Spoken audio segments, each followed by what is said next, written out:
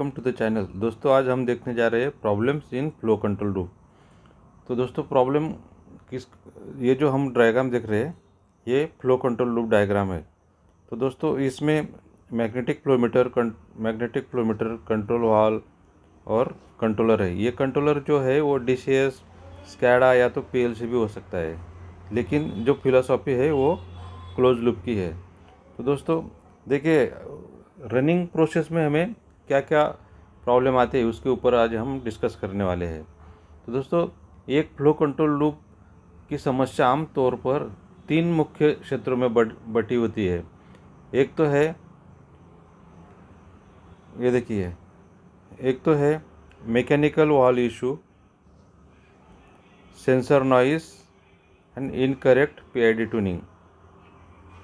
तो ये जो है ये 3 पार्ट में हमारी प्रॉब्लम्स बटी हुए होते, जिसका मतलब है कि ख़राब ट्यूनिंग या स्टिकी वाल्व जो तेज़ी से और अस्थिर स्विंग पैदा कर सकता है।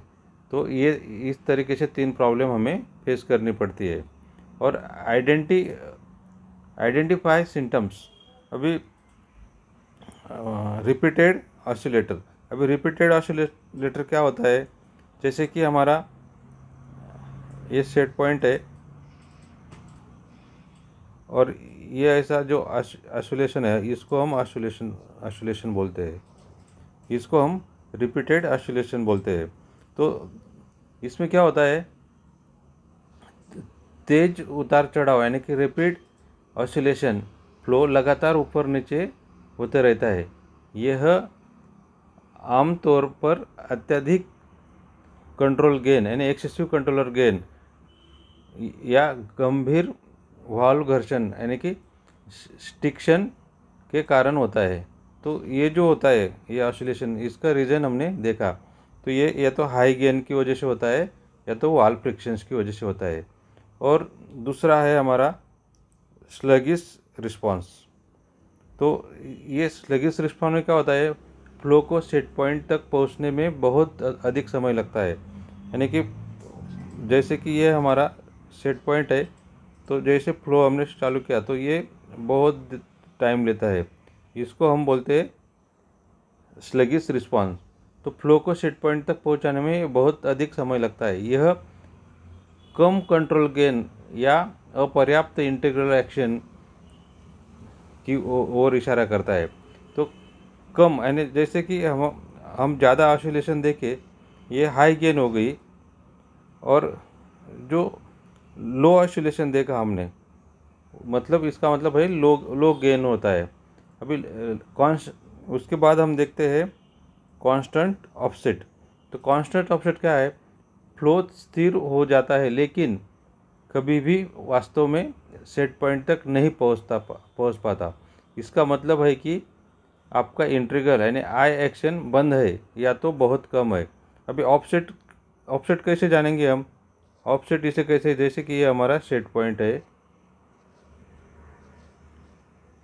ये सेट पॉइंट है और ये प्रोसेस है। तो ये प्रोसेस जो है वो हमारा सेट पॉइंट के नीचे ही चलता है या तो फिर अप साइड में चलता है।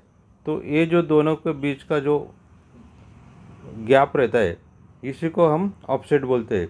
तो ऑफसेट क्यों होता है, या तो इंटीग्रल बंद है या तो इंटीग्रल एक्शन जो है वो लो है, इसकी वजह से ये हमें ऑफसेट प्रोसेस में दिखाई देता है।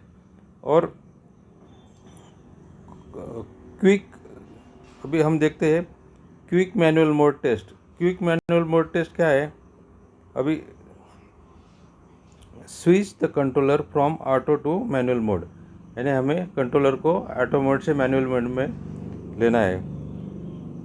हमें ये टेस्ट करने के लिए, मतलब प्रॉब्लम वाल्व में है, ट्यूनिंग में है, ये चेक करने के लिए हमें कंट्रोलर को मैनुअल मोड में लेना है। Switch the controller from auto to manual mode. तो ये मैनुअल मोड में हमने कंट्रोलर को ले लिया। और अभी हमें क्या क्या चेक करना है, change the controller output manually by a small step. जैसे कि 5% हमने चेंज किया कंट्रोलर आउटपुट, और एनालाइज द रिजल्ट, और हम रिजल्ट चेक करेंगे। If the flow stabilize and stops swinging, your problem is PID tuning। अगर हमारा फ्लो स्टेबल हो गया और स्विंगिंग नहीं हो रहा है तो इसका मतलब हमारा PID ट्यूनिंग में प्रॉब्लम है। If the flow keeps jumping और cycling even in manual, you have a problem, mechanical valve problem और नॉइसी फ्लोमीटर। अगर मैनुअल में भी हमारा कंट्रोल वाल जंपिंग करता है या तो साइक्लिंग इवन मैनुअल में भी अगर वो ऑसिलेशन जैसे चलता है तो इसका मतलब हमारा वाल में प्रॉब्लम है या तो फ्लो में नॉइस है।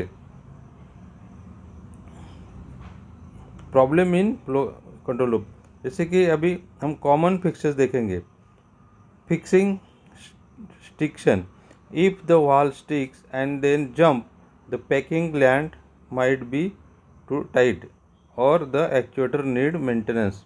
जैसे कि अगर हमारा स्टिकिंग को ठीक करना है, फिक्सिंग स्टिकिंग, यदि वॉल अटक जाता है और फिर अचानक उछलता है तो पैकिंग ग्लैंड बहुत टाइट हो सकता है या तो फिर एक्चुएटर को मेंटेनेंस की ज़रूरत है। इसकी वजह से हमारा वॉल जो है वो जंप करता है। और सेंसर के शोर को संभालना, हैंडलिंग सेंसर नॉइस। अभी ये जो है ये handling sensor noise, flow signal are naturally noisy, increase the PV filter time. अगर फ्लो सिग्नल ही हमारा नॉइसी आ रहा है मतलब फ्लक्चुएट हो रहा है तो हमें क्या करना है, PV फिल्टर टाइम को कांस्टेंट यानी डैम्पिंग इन द ट्रांसमीटर और controller to smooth out the signal, उसको हमें एडजस्ट करना है, जो हमारा फिल्टर टाइम है उसको एडजस्ट करना है। और ट्यूनिंग एडजस्टमेंट कब करना है, flow loop rarely need derivative D action, यानी रेयरली केस में हमें फ्लो में डेरिवेटिव एक्शन का यूज़ करना होता है। Reply primary on proportional band and integral I action, यानी हमें ज़्यादातर है ना P और I में ही हमारा फ्लो कंट्रोल हो जाता है। If it oscillates cut your controller gain in half. Suppose अगर ऑसिलेशन ज़्यादा आ रहे हैं मतलब वेरिएशन अगर आ रहा है तो हमें जो उसका गेन है उसको सीधा हाफ में चेंज करना है। तो दोस्तों इस तरीके से हमने कंट्रोल लूप के प्रॉब्लम्स देखे। और दोस्तों इसमें जो हम देख रहे हैं कंट्रोल वाल में हमने अगर वाल जंप कर रहा है तो ग्लैंड पैकिंग की प्रॉब्लम हो सकती है, तो हमें ग्लैंड पैकिंग रिप्लेस करना है। तो फिर सपोज हमारा एयर प्रेशर सही नहीं है तो एयर प्रेशर चेक करना है, हमें 3 to 15 PSI एयर प्रेशर चाहिए। और जो हमारा कंट्रोलर से 4 to 20 मिलीएम्प सिग्नल आ रहा है वो भी हमें चेक करना है। और फ्लो मीटर में कहीं पे वाइब्रेशन तो बढ़ नहीं गया, लाइन का वाइब्रेशन तो बढ़ नहीं गया, ये भी हमें देखना है, इसको भी हमें सही करना है। तो दोस्तों वीडियो पसंद आया तो कमेंट करना ना भूलिए और लाइक करो और वीडियो को फॉलो करो। Thank you.